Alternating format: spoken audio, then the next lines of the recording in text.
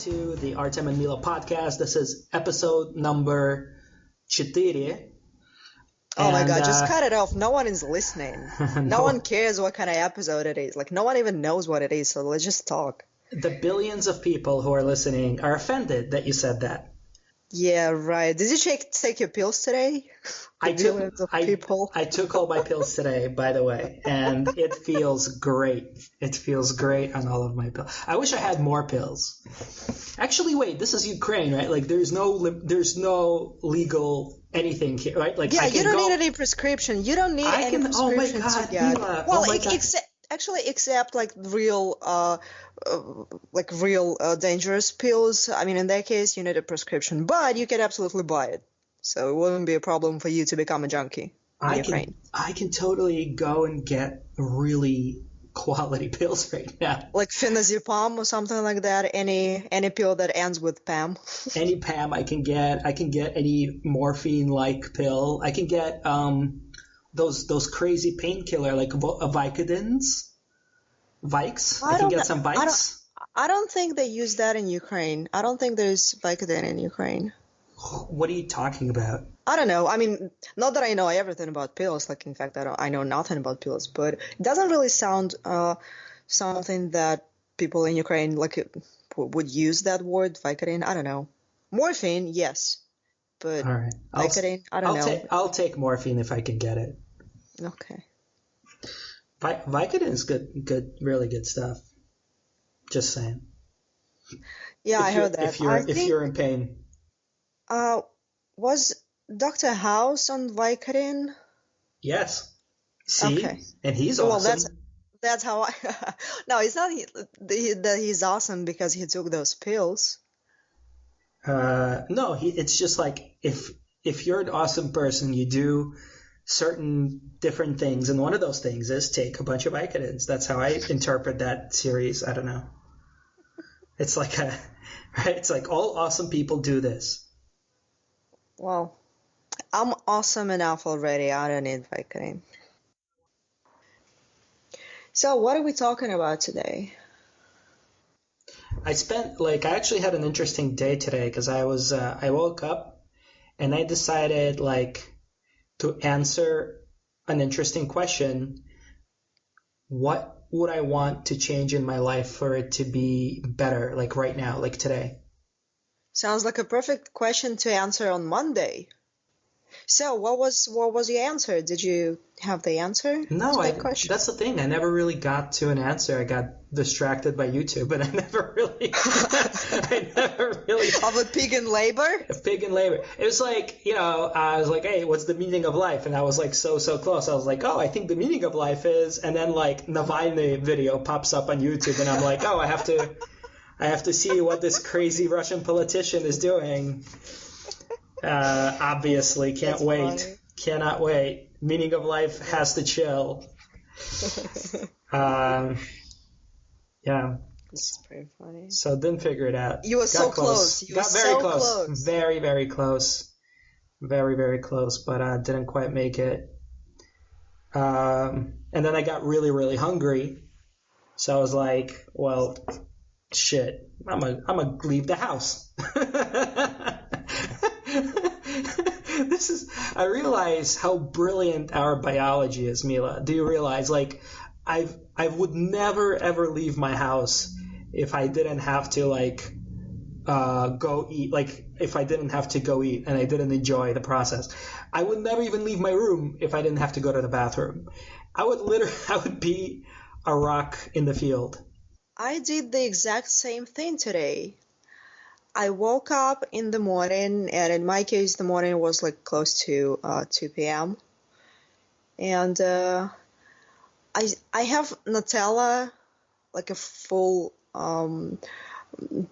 It's not a box. How's it called?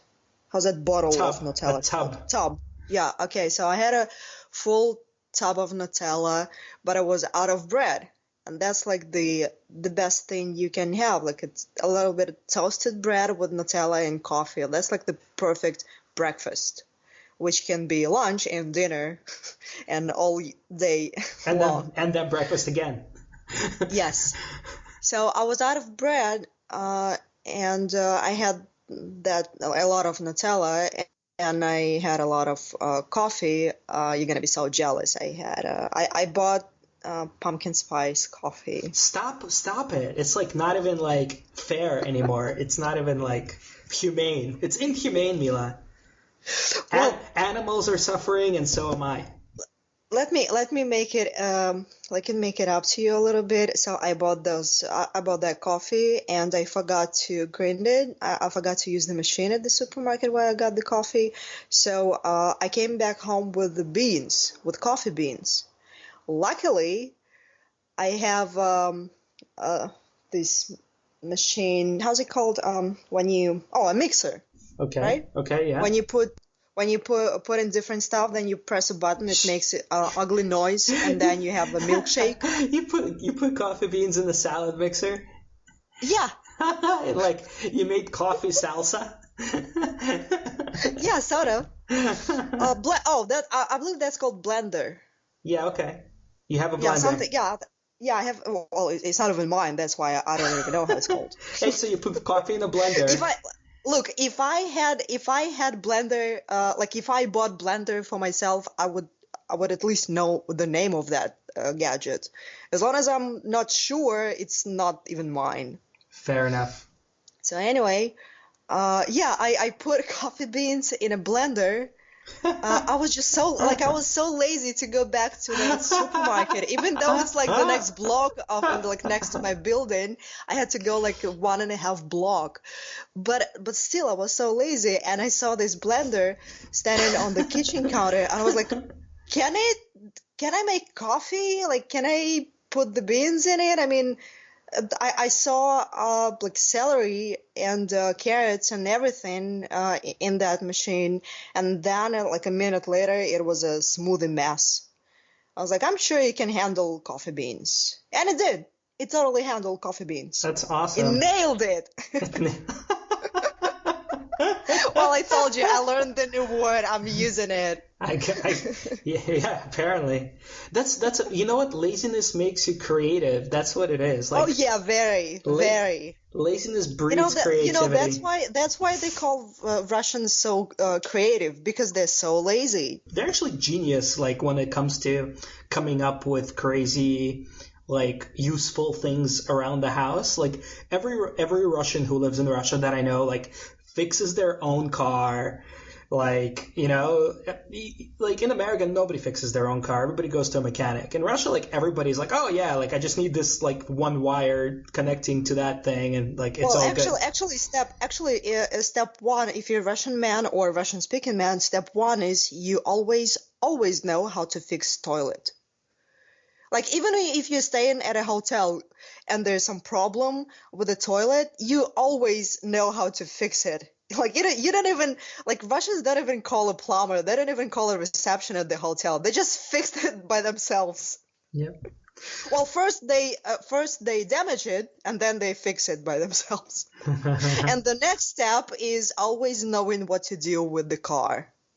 Like, even though they might not even know what to do with it, but they standing above the car with that open, how's it called? Like I don't even know how it's called. And I believe you, because I don't even know the word in any language. Like, I just don't know how it's called. The hood is in the front, the trunk is in the back. Even if you say it's called a nipple, I believe you. Why you gotta make everything sexual for? Sorry, my problem. Alright, just saying. Suddenly car parts are nipples. Just putting it out there. Yeah, what was I saying? Well, because now I'm thinking about nipples. Nipples are weird. Nipples are very weird, especially in men. What do you mean, especially men? They're still the same. Well, sort of the same. But like, what did they do? Nothing. Like nipples, they have zero functionality for men. If you were to design like a body, like what are the, like, if you think about like the male physique, and you have like nipples, like what are they doing, those nipples? Like why, you know what I mean? It's like, so why not put some nipples in other places then? You know what I mean? Like what's Well, I don't think you would like to have a bunch of nipples in different places because they're pretty sensitive. Like imagine you just touch the nipple somewhere else on your body, like you're all covered with nipples. Actually, the picture is kind of ugly. Like you're covered with nipples. It's like you're covered with like, pimples or I don't know. something. I It's don't know. just. Are nipples even I attractive? Actually, no, that's true. Like there is such thing as attractive and unattractive nipples. At least for a guy. Like I mean like not on a guy, but like for a guy, like on a woman. Like certain nipples are more attractive than others on a girl. uh, I'll tell you which nipples are attractive. The ones that you can actually see through the t-shirt. No. Those nipples are attractive. No. There's like the actual nipple. Like if you if you can show. First of all, different women have very different nipples, and some nipples are good looking, and some nipples are not good looking. We really need to give women more things to worry about, like how do their nipples look, like nipple plastic surgery, like to make your nipples. Oh my god, can you imagine that? Like, go to the gym and train your nipples, make them the size of the baseball stadium, like what women have already done to their asses. I don't. Well, that's the thing, right? You can't really. Like you can. Oh my god, like probably I would say that nipples today is probably the only of a few parts of the body that women do not really care about. Like they don't give a shit about nipples. And I think that's a tragedy, and we need to change And that I'm sure because it's not fair to the nipples. because it's not fair that a woman is feeling absolutely fine with at least one part of her body. That's unacceptable. Yeah, because all of the magazines and all of the bloggers are saying that there's always something wrong with you. So like, this is so stupid. Like, imagine there should be an article in Cosmo that says, "Are your nipples hot enough?" And it's like a whole and it's a quiz. And it's a quiz. Of course, it's a quiz. Obviously, everything has to be a quiz. And and the whole article is just about like different kinds of nipples and then interviews with men that definitively decide for all ages which nipples are good looking. Oh my god. And then like there's a quarter of the page that's an advertisement for plastic surgery with a doctor or a surgeon who has deep expertise in nipples. Now, first there's gotta be some injections. Get one nipple done, get one free. No, get 2 nipples done, get 1 free. There are people out there with more than 2 nipples. Do you know that? Yes, that's why I said that. And that's just, I don't know, it's odd. It's genetics. It's just normal genetics. I guess there's a reason why they say that you shouldn't really drink or smoke while you're pregnant. Is that one of those results? Unclear. One occasional cigarette, bam, 3rd nipple.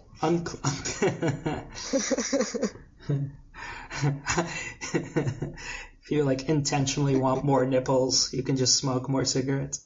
I don't know that it's exactly how it works, but I'm sure they're related. I don't know. There's definitely some bug in the system. Yeah. It's genetic mutation. That's what it was. Have you ever met anyone with a 3rd nipple? Yeah. Like, you mean like a girl or a guy?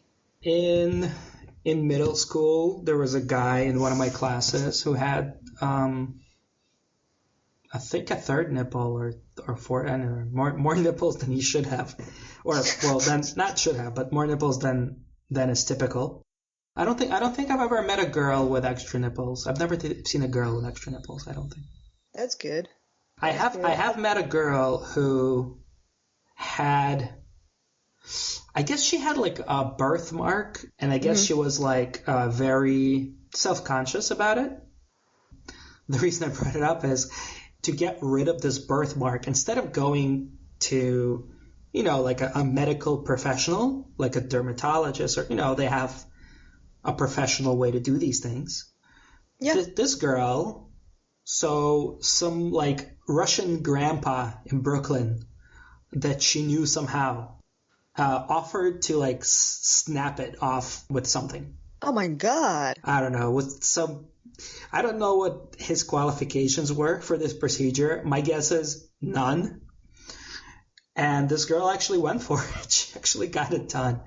And then, of course, she was complaining that, it scarred and it wouldn't heal and all this other stuff. It's actually pretty dangerous. Of course, it's extremely dangerous. Yeah. Of course. There's bleeding, there's infection, there's everything. You kidding me?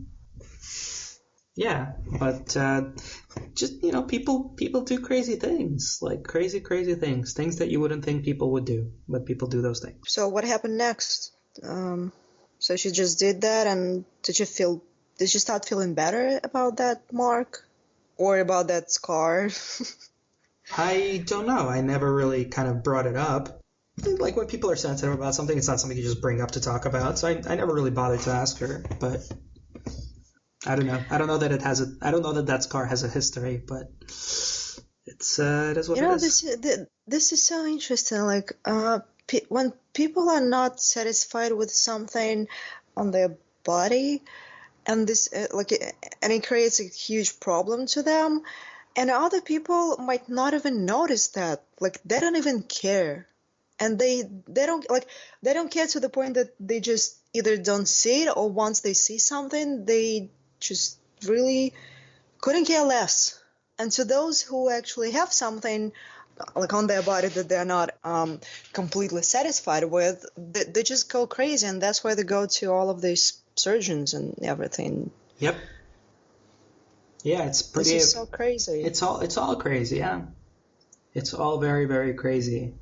It's fueled in a great part by comparing ourselves to other people, but also it's really fueled by like our own subjective things. Like we think something is unattractive, and we can be very proactive in changing it, even if it's something that other people find attractive. Like we talked about it before, right? Like long faces versus round faces, right? It's like, yeah, it's a perfect example.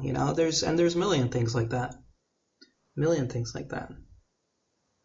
Do you think people were happier before social networks? Like before you could spy on other people and their lives and how awesome and beautiful and successful they are? Because that's what it's all about when it comes to social networks. You just get to see like how amazing everybody's life is. I don't think. Do you think people were happier before? It's not like look, social networks are just one component of what it is to be alive in the modern era.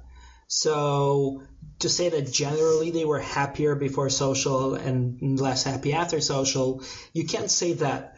What you can say is that social media is something that nobody realized works the way that it works. Because what's happening is it's something that is monopolizing a primitive instinct that we have for socialization, and it's basically a parasite. It's a parasite that uses the socialization instinct to dysregulate our lives. I'm sorry, what was that? I hate you. And I hate you too. No, I mean, do you know what I mean? Like, do you know what I'm saying by that? Yes, I know exactly what you're saying. I don't know why I did that. It didn't even sound funny. That wasn't funny at all. That was gonna make me cry. Actually, is what's gonna happen. What I mean is, whether people were happier when they didn't know that much about other people, especially other people they do not know personally. But once we have that opportunity, like thanks to all of the social media, we have that opportunity to spy basically on other people, to look through the window and see them, and that window is called, either Facebook or Twitter or Instagram. And my question is still the same, because you didn't really answer that. Do you think people were happier when they didn't have a chance to see pictures of other people, like on the beach, or having like expensive champagne, or wearing fancy shoes and everything? Happier in a way, like accepting themselves better and feeling happier without comparing themselves to someone else. That's what I mean. Comparing to someone else always existed before social media, right? People just didn't, it wasn't as much in your face, but people still compared. Yeah, that's true, but with social media, it just became easier to compare. Yeah, it became more obvious. True, but I don't think that's the evil of social media.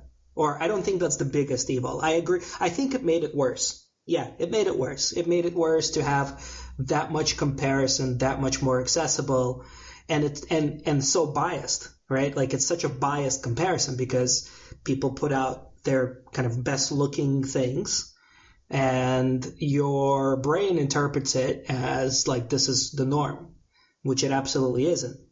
But that doesn't even matter because you shouldn't be comparing it anyway, whether it's the norm or not the norm, whether it's the best thing or the average thing.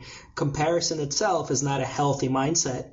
The basis for comparison is a social instinct. It's just something wired into us because that's something that used to be helpful when we lived in tribes and didn't have spoken language. We had to compare to make sure that we can compete in our tribe.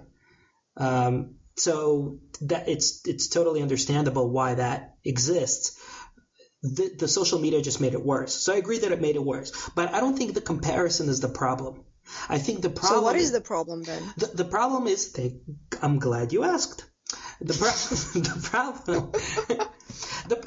problem is this: our brain rewards us for being social. We are social animals, and we have many instincts that reward us for being social. The brain rewards us for a lot of things. The brain rewards us for eating sweet stuff. The brain rewards us for having sex. The brain rewards us for a bunch of different things.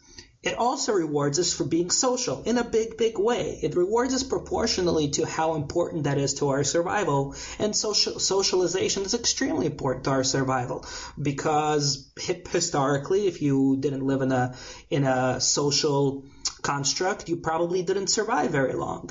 And then if you did live in a social construct, if you weren't socially capable, if you had bad socializing skills, you also didn't survive very long because there was no language. You didn't have a chance to explain why you're dancing in a weird way, right? You were just thrown off a cliff because somebody thought you were being weird. I think my brain sort of gave up on me. It hasn't rewarded me for a while. Well, maybe you should socialize a little bit. No sweets, no sex, no socializing. Right, yeah, you should socialize a little bit. No, it's true. You start to feel a little bit depressed if you start to feel effects of isolation. And isolation is depressing and a lot of other things because your brain is signaling you that you're about to get eaten by a bear. You better find a tribe. That's what's going on. That's why you feel shitty when you're by yourself too long, because that's the brain making you go out there and find people. Just like my brain today, I was sitting in my room and I got really, really hungry that I had to leave my apartment and go get a chicken shawarma. It was like, it was a long I would never have done that unless I was crazy hungry. But I was so hungry, I couldn't wait to get my hands on that shawarma. But if I didn't feel like that, I would never do it. The brain is hooking me up. The brain is like taking care of homeboy because the brain wants to eat, right? Same thing, socialization. Like it's taking care of homeboy or homegirl because the brain knows you got to talk to people, you got to deal with people to survive. At least you did until recent history. Now, here's the problem, right? So you asked the question, well, what is the problem with social media? Why is it bad, right? Our brain wants to do it. We do it. Why is it bad? Well, because anything your brain wants to do works in a chemical reward response paradigm, like a drug, like a slot machine, like anything, like any kind of behavior that the brain rewards us for. You get it, we feel a reward, and then we want to do more of it because we get that reward.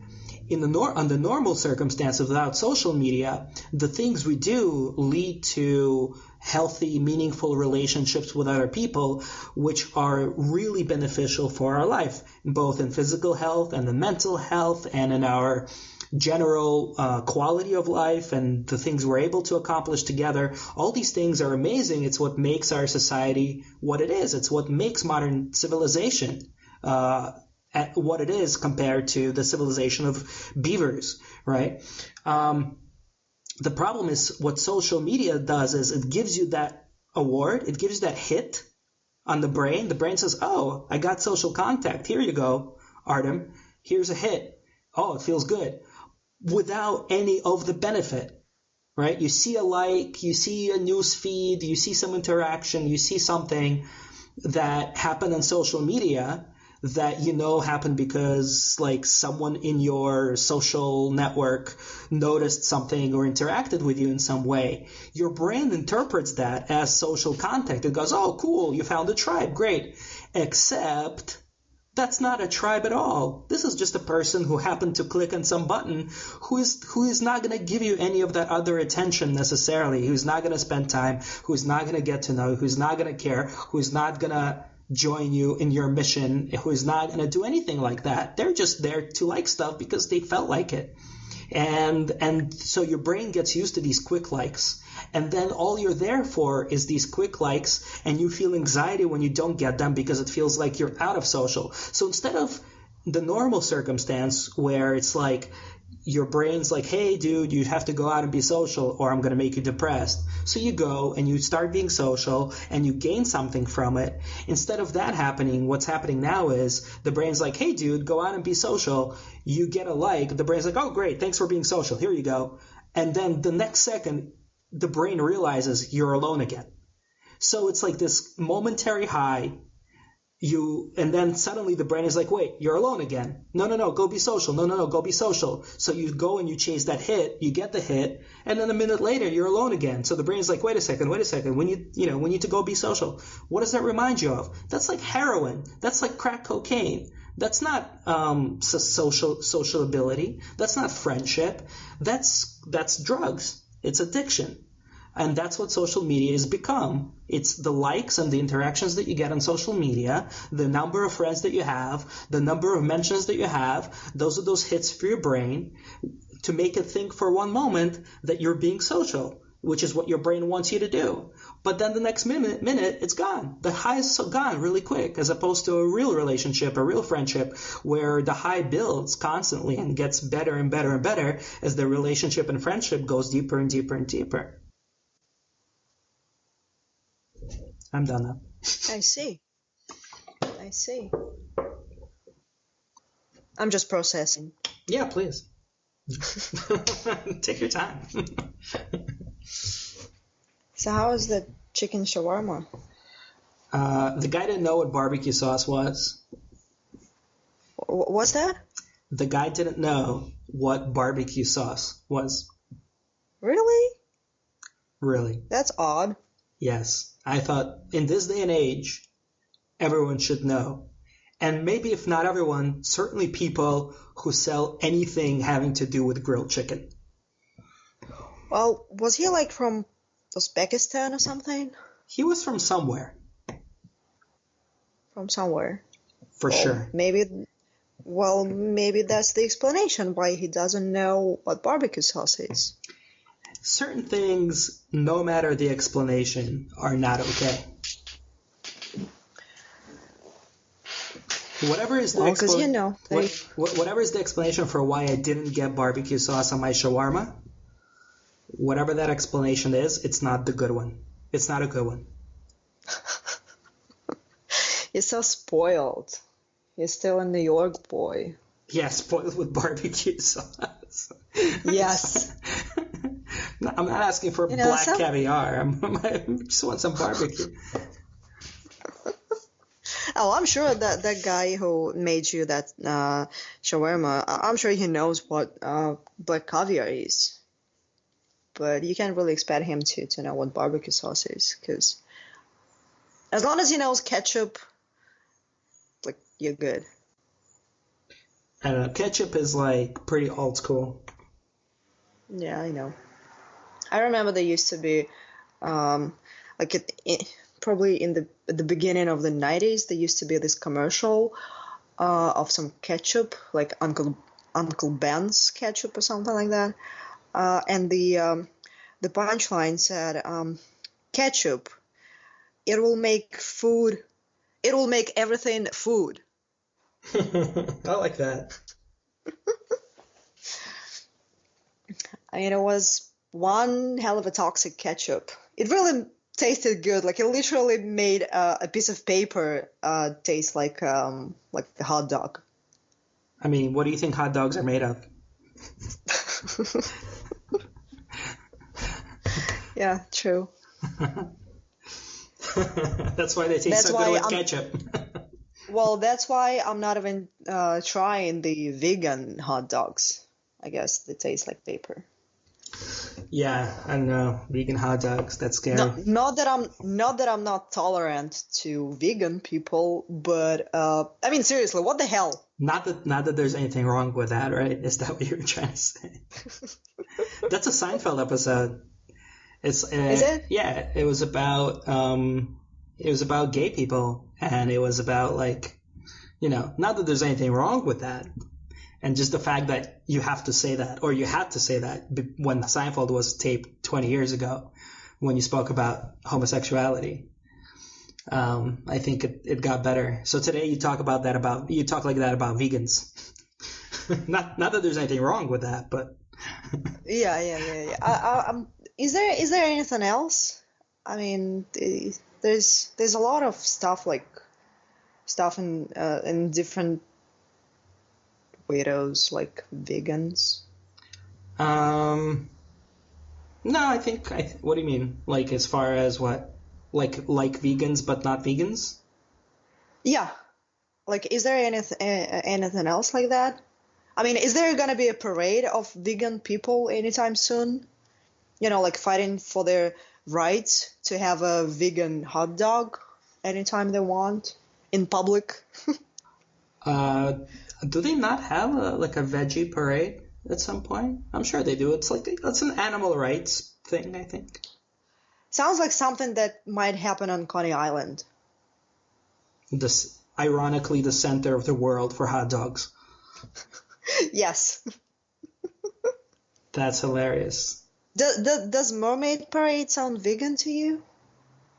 That's like having a gay parade in what's it called? Where does the Pope live?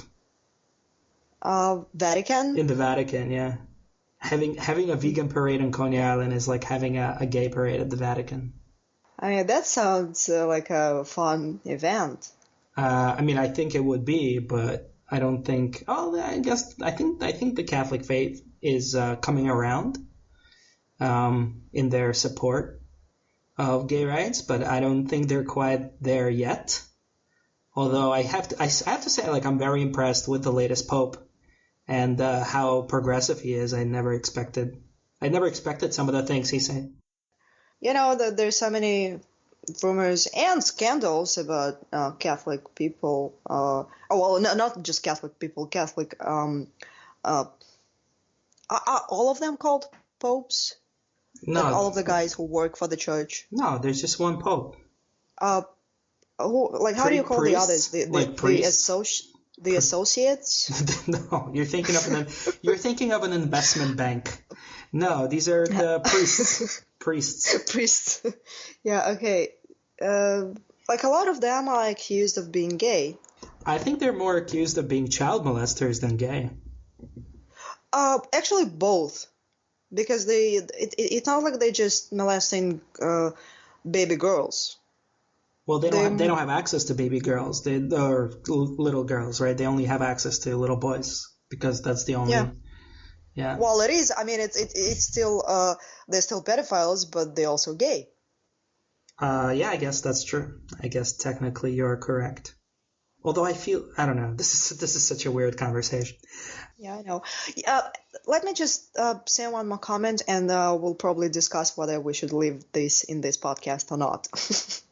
because it I is have a feeling a lot of this is not going to stay. yeah, it's just too much for the billions.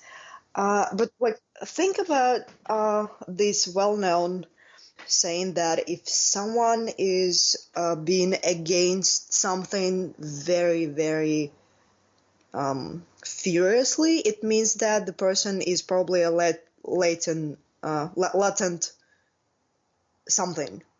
Like if you against gays and you're like really furious about them and you want to punch them in the face all the time and you know all of that, it probably means that you're gay yourself.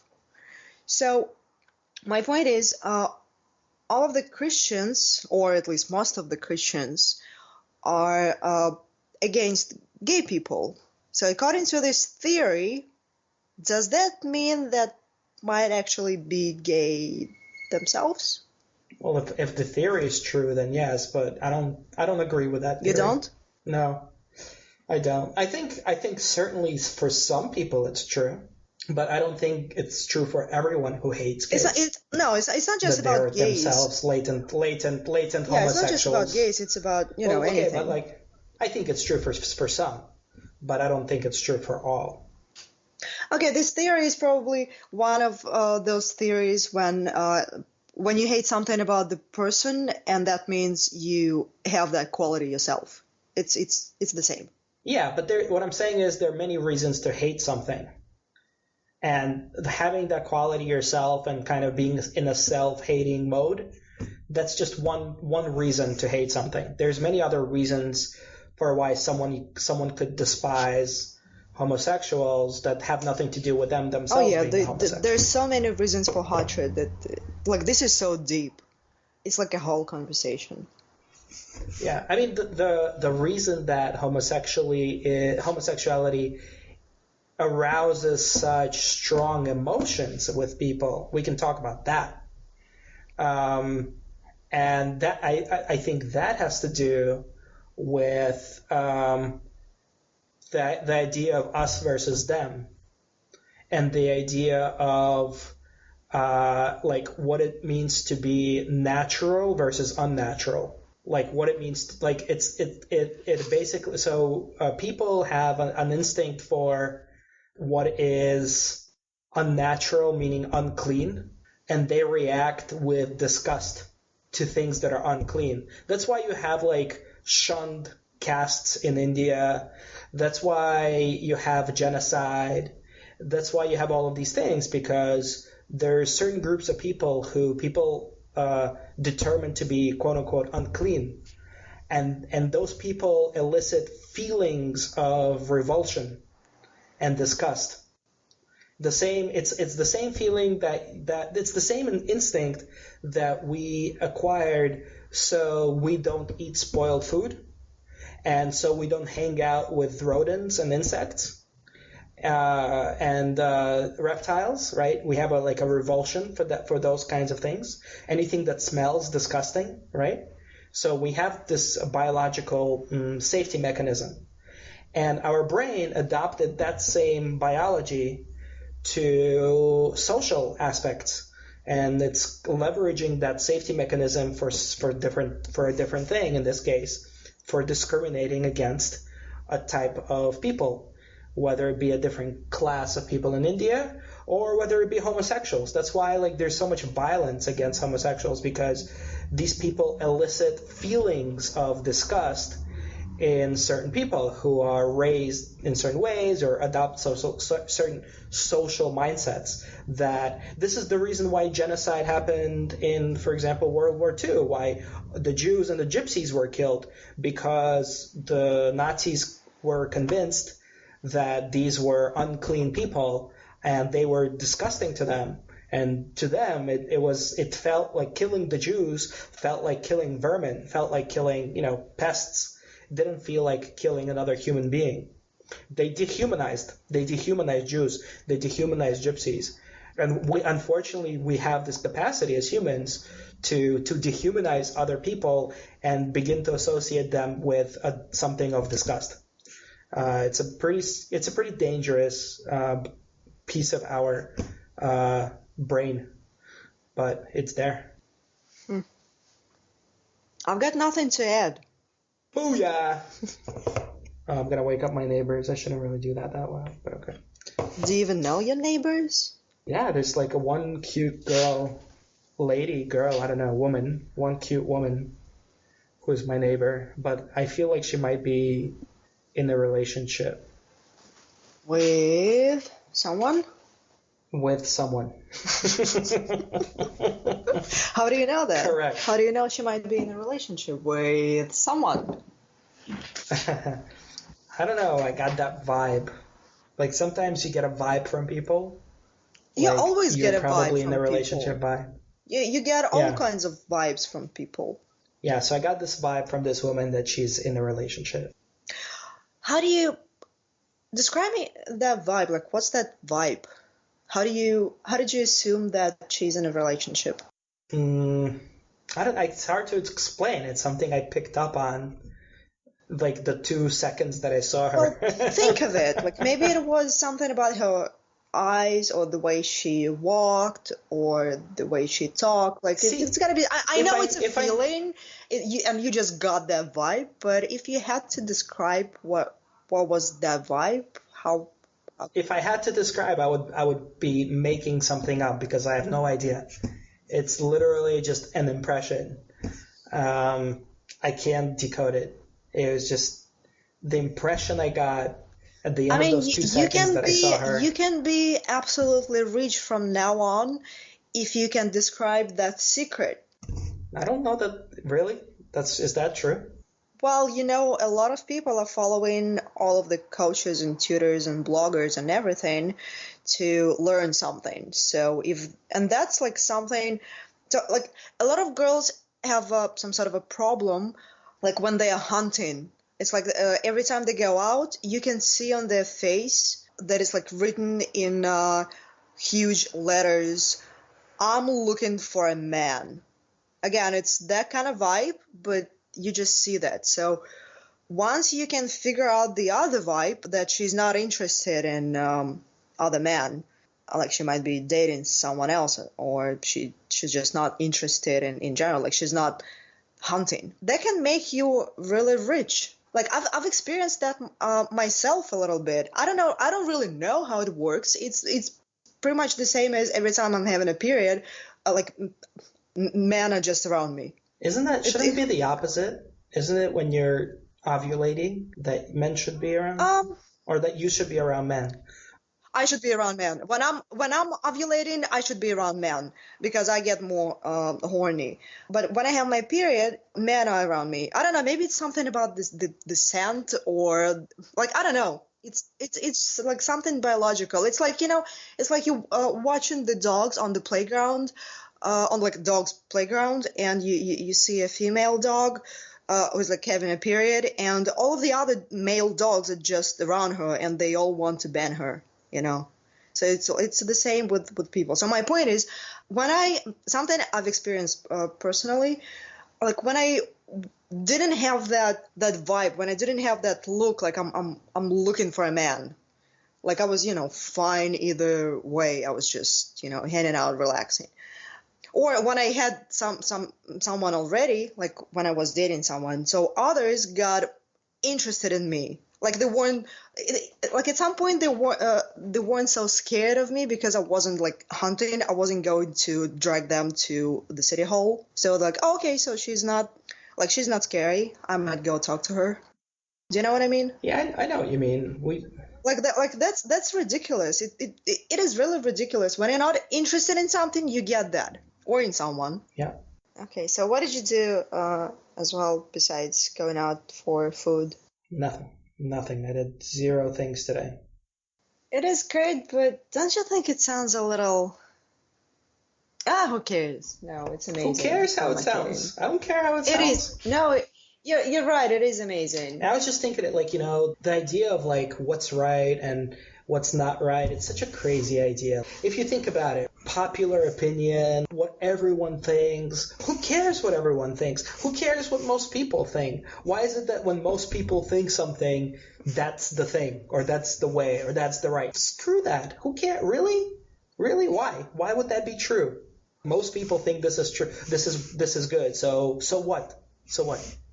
Why must that be law? Because most people think. It's a crazy idea that what most people believe is correct or right or good or best. A few hundred years ago, most people believed that the earth is flat, or they didn't know about evolution. Most people believe that. I think it's been more than 100 Well, years. not 800 years, but a few hundred years. I didn't catch Listen, that. like 500 years ago, right, when Columbus sailed, right, people thought the earth was flat. This is 500 years ago. It's not that long ago. Yeah, and that's most people. So what? So most people believe it, so it's true. Most people believe that the earth, like everything circled the earth. The sun circled the earth, the moon circled, the planets circled the earth, the stars circled the earth. That's what most people thought. Doesn't make it true. Most people think, it doesn't matter what most people think. It doesn't make something true at all. In fact, usually, what most people think is not the right thing. It's the most popular thing. Yeah. That reminds me of a saying of some old man. That's something I read online a while ago. Like an old man said that all of my life I was so worried what people might think about me, and I'm almost like 100 years old right now, and I realized that they weren't even thinking about me at all. And that's the truth. Like, no one is, like, you shouldn't even bother what other people think, because they're not even thinking about you. Like, they don't care. Yeah, I agree. So why should you? Actually, yeah, I think, I don't know, did I tell you what I did in a train station in Tokyo? Did we talk about this? Tell me. I don't know. Tell me, and then I'll figure out if I remember, if you told me that story or not. Well, basically, I had to change from a t-shirt into a shirt. Which and the only way I could have done that was to basically be topless. And I happened to be in Shinjuku Station, which is one of the busiest train stations in Tokyo. It's where all the professionals go to and leave work. And I happened to be there early in the evening when most people were there passing through the stations. It was like Grand Central or anything like that. It was just a super, super busy, huge train station.